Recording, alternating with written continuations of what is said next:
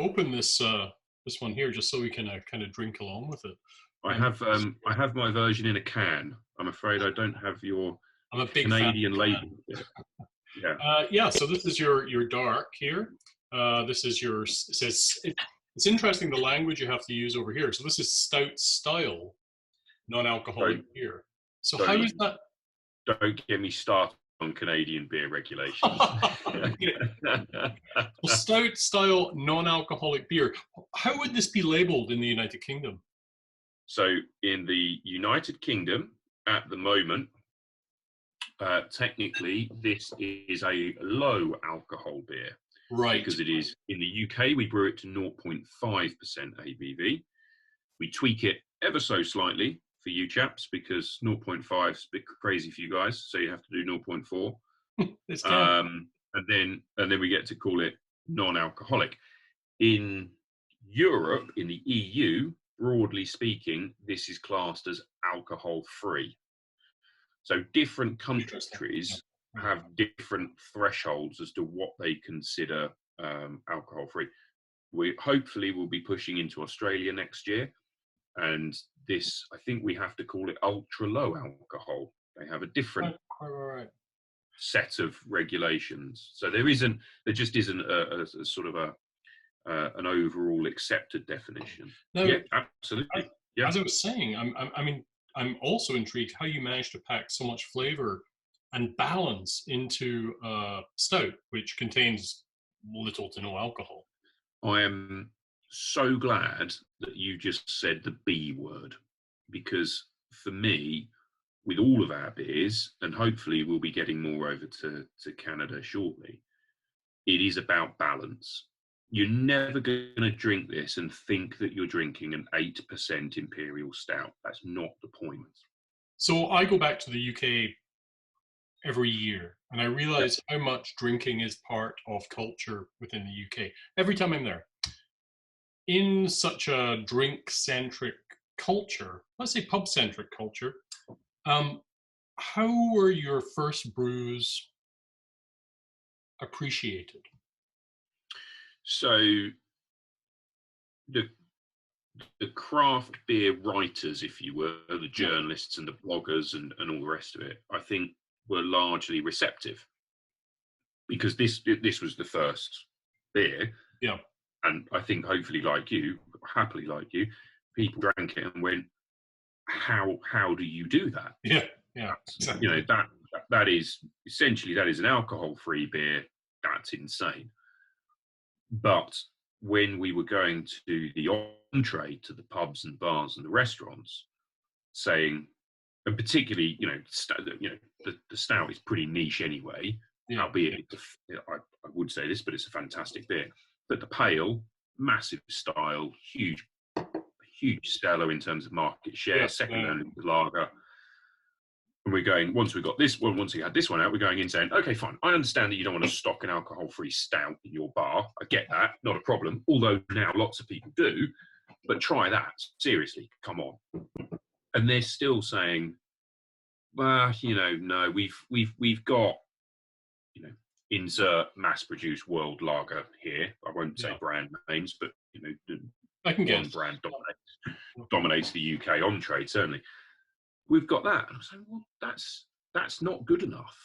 Right. That's not good enough as a selection for your customers by any stretch of the imagination, especially in circumstances where now, and this is, I didn't start Big Drop because I saw a trend and I thought, oh, let's go and do that and make some money.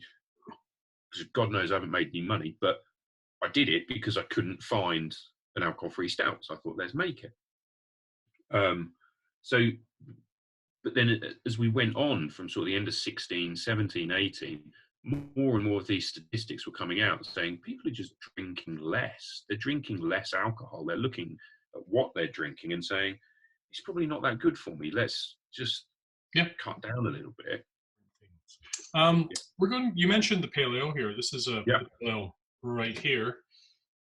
Pale ale style, once again, non-alcoholic beer. And we're talking about 0.4%, and crack this open. So your biggest productions are of the pale ale and the Stout.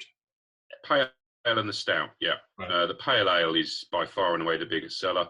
We do a lager now. I kept being asked for a lager, Right. but there are good alcohol-free lagers out there. There are bad ones out there as well, but there are good ones. But this was the first alcohol-free pale ale on the market. So this is definitely the biggest seller. One of the things I found quite interesting was you list the ingredients on the back of your on the back of your bottles, and milk comes into play on both of these, right? So this is lactose again. Yeah. But you've also got oats, I saw. Over here. Yeah. And I'm guessing this is what brings about this mouthfeel and this balance with both of these beers, and the combination of these factors. Absolutely, that's quite right, and it is again with the pale ale. It's a well balanced beer. You've got it's Mosaic and Amarillo hops. It's quite we do a Citra IPA as well. It's a slightly sort of fruitier, juicier pale ale. This is a more of a traditional English bitter style pale ale. Yes, yeah. But the difference, the key with this, because one thing we do differently to other people that have come after us is we don't extract the alcohol from our beer. All of our beer is brewed to strength. Right. So everything goes in. It's fully fermented. There's no halted fermentation. I'm going to get too technical, but we don't stop the brew, just stop the production of alcohol. So it goes all the way through, but at no point does it go above 0.4%. Because if you did, and then you extracted the alcohol, you're also going to remove things like those hoppy aromas.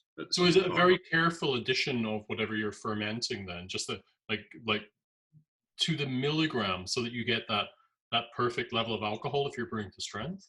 Absolutely, yeah. So there's a lot of, I don't get involved in this, but yeah, there's a lot of science that goes into, right, okay, how much sugar are we starting with? How can we ferment all of these grains without necessarily creating the alcohol in the process? And very specific yeasts, I would imagine, as well. That's the secret sauce that nobody knows. Yeah, very specific yeast. Yeah. So it's tricky brewing. It can be replicated. We don't shout about how we do it. It can be replicated, but it is. It's quite skillful brewing. We're very lucky to have Johnny. Thank you so much for your time this evening. And not a problem at all. And one last thing, you're definitely a more responsible father than I was, because I heard an interview with you where you were saying, you were coming home and bathing your baby, and you couldn't have had a few beers. Oh, yeah. And it made me feel very, very bad about myself. So. Well, no, don't feel too bad, because as I always say, having one baby for me meant that I couldn't drink, but having 3 children has driven me back to drink. All right, so you're back on. Hey, cheers. Thanks so much for your time. No problem at all. Thank you very much. Cheers. Bye-bye.